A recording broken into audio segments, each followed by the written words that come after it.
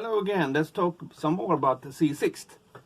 Last time I talked about two common pedals, the number 2 and number 3. And probably you have skid around and use this like in the last lesson, and then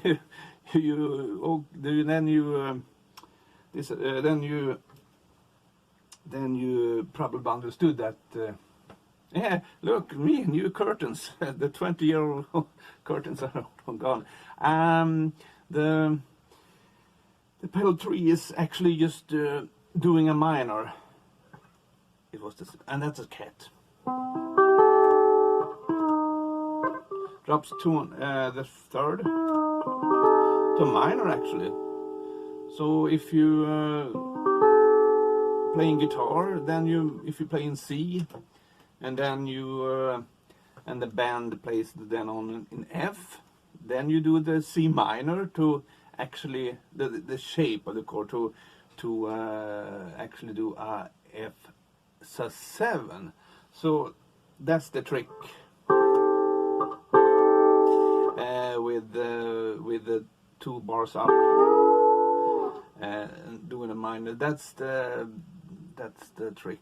So that's common rock and roll boogie woogie theory.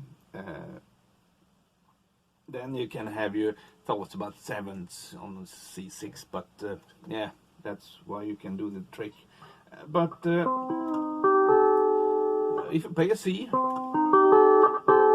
and they have the chord progression is from C to an A minor, just go down to the A and push the third pedal and you get the minor. Easy. That's all it does. So that's that explained.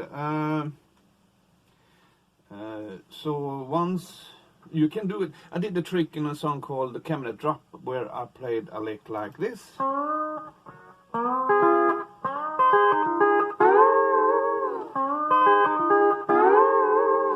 I play a lick, and then I push down the third pedal and push up the bar 5 bars. Yeah, bar and bars.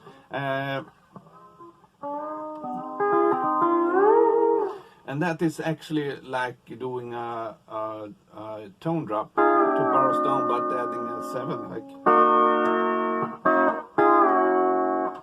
And so you can do that for having that chord. All pedal steels are actually having. Every steel player has their own tuning, and so am I. I used the old school G on top and G on bottom, not the D or so G. So it's in top it's 1, 3, 5, and the bottom it's 1, 5, 6, 1. So what's handy about that? Well, if you do up in the top, it's silly just to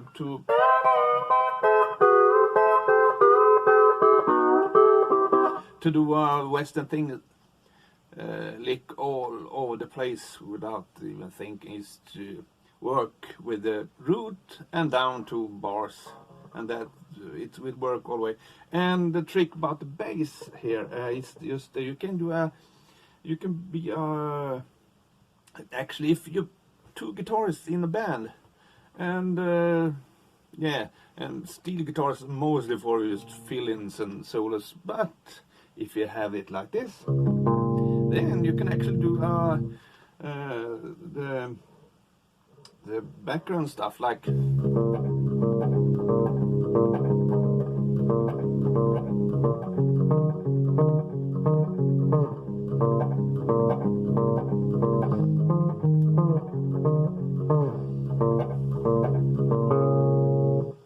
you can accomplish. Yeah, and that's the positive thing about having this old school tuning. And as you have seen, my guitar is not tuned in C, but C sharp. And why that? I got this Alumitone pickups here, and from the beginning it was the original ones with the. This is actually a GFI instrument. Very good mechanics, but it's all aluminium, and it's if you're on stage and you have a lot of warming on stage, like lamps and things, this will go out of tune pretty fast actually. So, but mechanically, I wonder, goes out of tune. I'm sorry about that, but and the sound is dry. But mechanically very, and I also have the highest legs the GFI got. But yeah, anyhow. First there was George L. A very treble peak George L set up on for the pickups, and I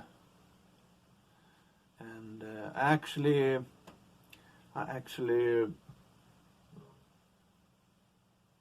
thought it was pretty good, but then I was thinking, well, I maybe get more pleasant sounds with true tones, which I put on also, and I mounted the true tones, and they're actually very, very good. But my amps didn't exactly like true tones. Are very, very, very good pickups. And then I thought of this Alumitones, because you have a peak like the George L's, and so I like the peak. You get that strong discount. So if you play soul, then you can explode. And I don't use any more pedals usually. I only use don't use volume pedals or tone pedals. But I got a Fender tone volume, but I don't use them because it's better to know how to play soft and high by just moving your hands. That's something. But yeah, that's all right. All for me today, and explaining why you have the G tuning and why and how what is actually the third pedal. Bye bye.